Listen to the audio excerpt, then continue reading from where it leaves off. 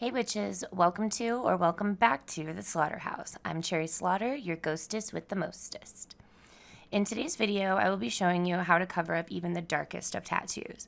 Maybe your job doesn't allow visible artwork. Maybe your school doesn't allow tattoos at all. Or maybe you just need to hide them from your family. Either way, this guide will surely help you out. It's witchcraft. You're going to need some loose setting powder. I have this color in Cool Beige. I prefer to use Dermablend for tattoo cover-up. I find that they have a more full coverage and long wear formula. Here I have a pressed powder. This is in color Ivory 0C. We'll use this just a little bit to lighten up that loose setting powder because it's not quite a match for me, but it's very close. And they have these little pads in here. Nobody ever uses them. I don't know what the fuck they're for. So moving on.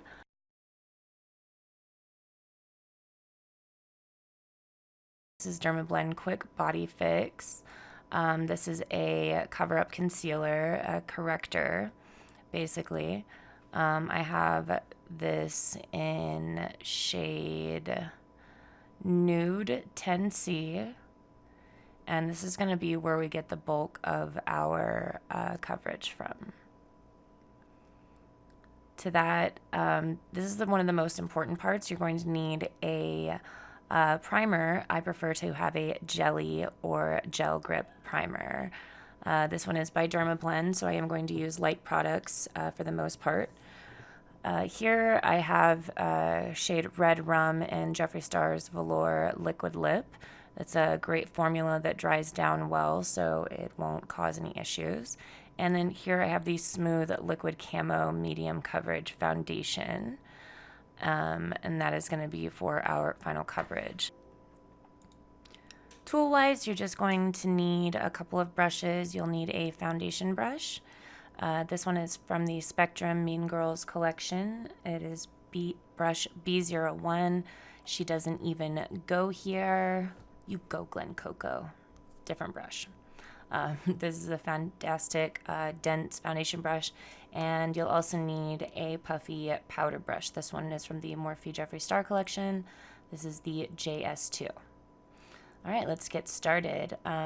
First, you want to make sure you have a flat, clean surface. I shave my arms, and I have moisturizer. We're going to start first with the primer. We're going to be quite liberal. You want a nice tacky surface. It's very important to have a good primer. If you don't have access to this Dermablend primer, you can also use the Milk Cannabis Infused Hydro Grip primer. It has a very similar formula. Then you'll dry that the best you can. So we have Optimum Stick. So we're going to first use the Jeffree Star Velour Liquid Lip in shade Red Rum. We're going to use this as a color corrector. I would use an orange if it were more blue, but this is very like stark black ink. So I feel using a deeper red just gives me a little bit more color correction. We're just going to smear that around, and because it does dry down kind of quickly, and so we have to move quickly and spread this thoroughly, very thoroughly. You can see that it's already starting to like not want to move around anymore. I'm just using an old cheap brush for this because it could stain the bristles terribly. It actually didn't, but you know, it could have. It could have. All right, so we'll get that all over there, and the darkest parts we'll want to make sure have the most attention paid to them. So if you need to put extra, that is what I am doing here to make sure that the tattoo is fully covered in the red pigment.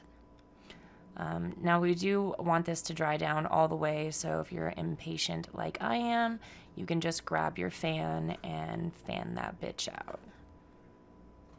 As soon as we get it to the right, you want it completely dried down. Simple as that. So I'm going to fan it again. Very good. So now we have our color corrector laid down. Next, I'm going to be using the Quick Fix Body Stick. This is, again, in shade Nude 10C, I believe.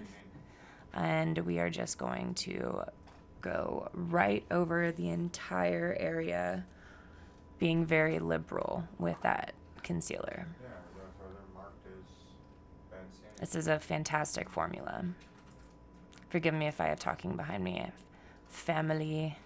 It's almost dinner time. All right, so just using a makeup wipe to clean that off to make sure there's no like residual pink or red hue from other products on there, and that it's clean for the next time we need it. Now I'm going to be using that foundation brush, and I'm going to buff that in. Now I'm using a stippling and a circle method here, stippling method and moving in circular motion. So what we'll want to do, you can see that we are sort of pink from the mixture of the concealer and the color corrector, but we will fix that very soon. So we're just making sure that the entire tattoo is covered right now. You can see it's still there, so we have a few steps left to go. Next, we're going to set that concealer with the setting powder, and you want to use a liberal amount of setting powder, but just enough to dry down and set the entire concealer underneath it. I tried using this little powder puff thing. I don't know. I guess it did its job, but it was not. It was patchy and annoying. I didn't like it. Plus, it stains really badly, and it's just not fun to put back into the component. It's not my cup of component tea. All right, so now I'm just gonna brush off the excess with the powder brush. To make sure we got it everywhere so we don't have any like residual stickiness from the product.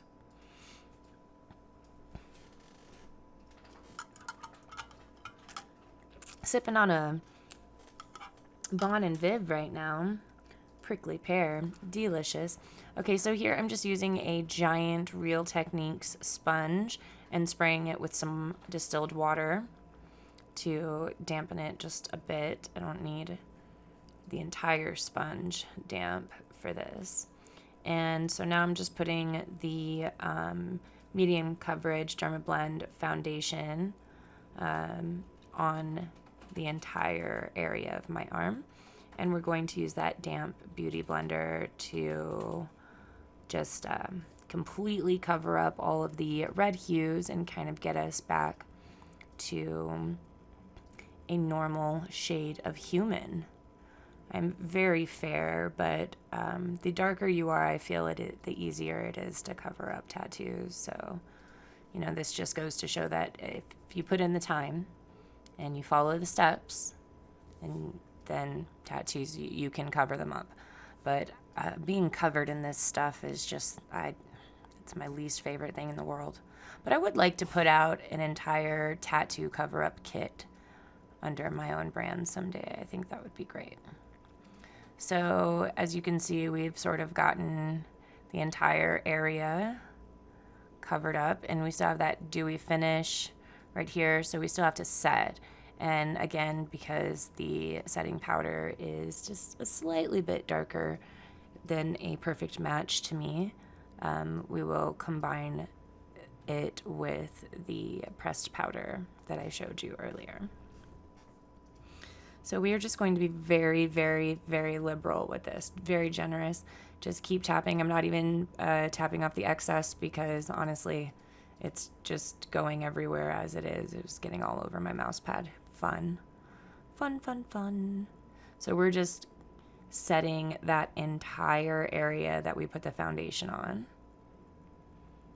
to get one smooth, even skin tone here, which we are almost there.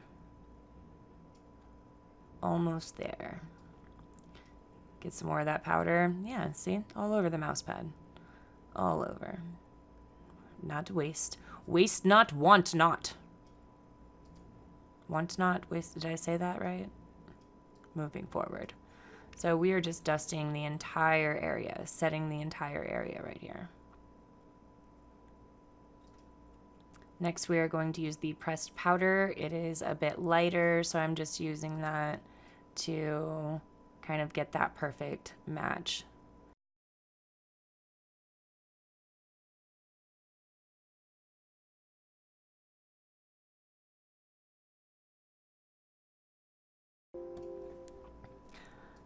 I do have Dermablend setting spray, but for some reason I decided to go with the Morphe Continuous Setting Mist. It's a great setting spray, and we're just using it very lightly to get rid of that powdery finish. And we will dry it one more time. And that's it. Thank you so much for watching. Please remember to share this video and ring that bell. See you next time.